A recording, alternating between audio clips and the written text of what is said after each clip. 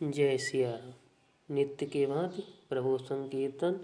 श्री राम जय जय राम। श्री राम जय जय राम। श्री राम जय जय राम। अब सुख सोबत सोचू नहीं, भीख मांगी भव खाही। सहज एकाकिय के भवन, कबहु किनारी खटाई। अब शिव को कोई चिंता नहीं है, भीख मांग कर खा लेते हैं और सुख से सोते हैं। ऐसे स्वभाव से ही अकेले रहने वाले के घर भी भला क्या कभी स्त्री टिक सकती है। अजहू मानहु कहा हमारा, हम तुम कहूँ बरुनीक विचारा। अति सुंदर सुचि सुखद सुशीला, गावही वेद जासु जस लीला। अब भी हमारा कहा मानो, हमने तुम्हारे लिए अच्छा वर विचारा है। वह बहुत ही सुंदर पवित्र सुखदायक और सुशील है, जिसका यश और लीला वेद गाते हैं। दूषण रहित सकल गुण राशि, श्रीपतिपुर बैकुंठ निवासी। असबरु तुम्हि मिलावहु वानी, सुनत बिहस कह वचन भवानी। वह दोषों से रहित सारे सगुणों की राशि, लक्ष्मी का स्वामी और बैकुंठपुर का रहने वाला है।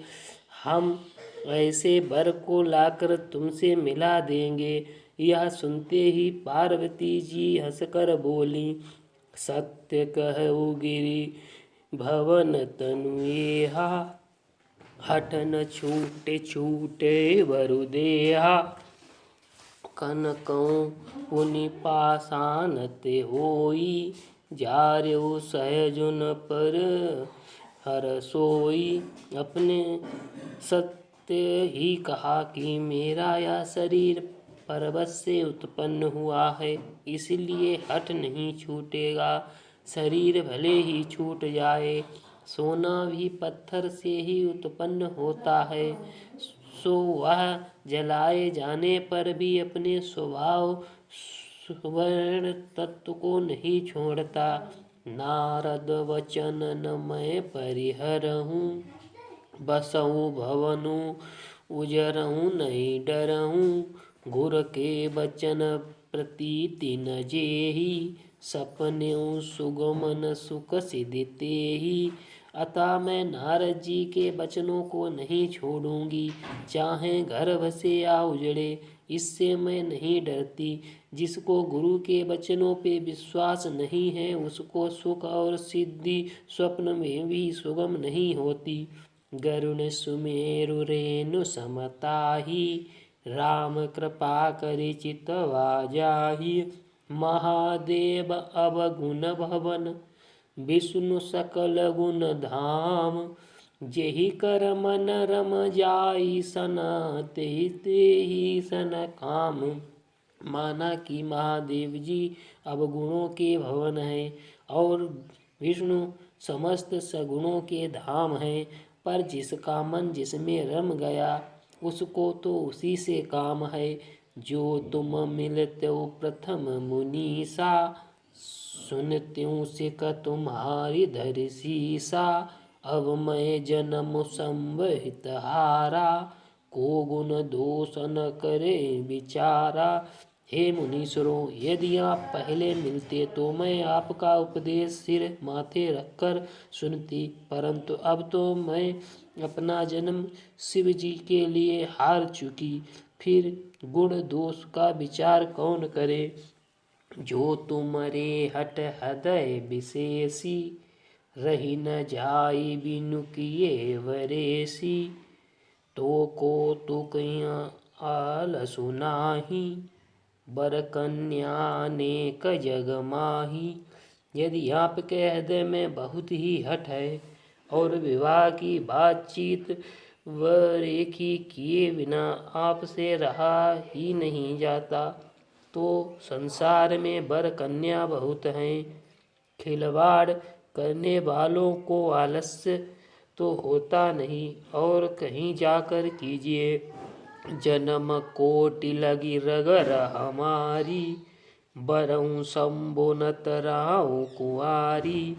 तजऊ न नारद कर उपदेशु, आप कहीं सतवार महेशु। मेरा तो करोड़ों जन्म तक यही हट रहेगा कि या तो शिव जी को वरूंगी, नहीं तो कुंवारी ही रहूंगी। स्वयं शिव जी 100 बार कहें तो भी नारद जी के उपदेश को ना छोड़ूंगी। मैं पा परऊँ कहई जगदम्बा, तुम ग्रह गवनऊ भयो विलंबा। देखी प्रेम बोले मुनि ज्ञानी, जय जय जय जगदम्बिके भवानी। जगत जननी पार्वती जी के ने फिर कहा कि मैं आपके पैरों पड़ती हूँ, आप अपने घर जाइए, बहुत देर हो गई है। शिव जी मैं पार्वती जी का ऐसा प्रेम देखकर ज्ञानी मुनि बोले, हे जगत जननी, हे भवानी, आपकी जय हो, जय हो।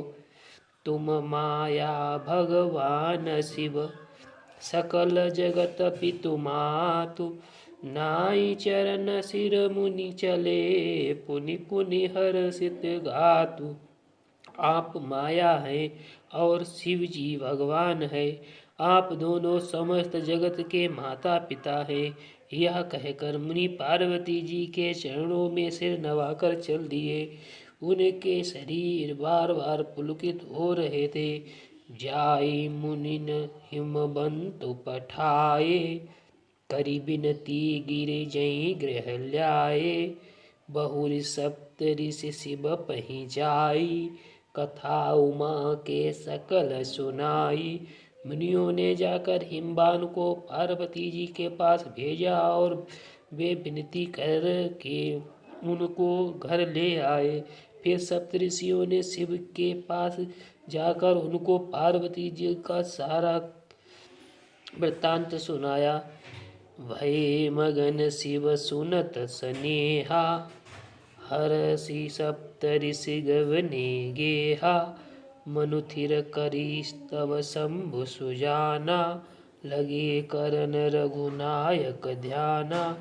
पार्वती जी का प्रेम सुनते ही शिव जी आनंद मग्न हो गए। सप्तऋषि प्रेम प्रसन्न होकर अपने घर ब्रह्मलोक को चले गए। तब सुजान शिव मन को स्थिर करके श्री रघुनाथ जी का ध्यान करने लगे। तारक असुर भयो तेहि काला, भुज प्रताप बल तेज विशाला। तहि सब लोक लोकपति जीते, भय देव सुख संपत्ति रीते।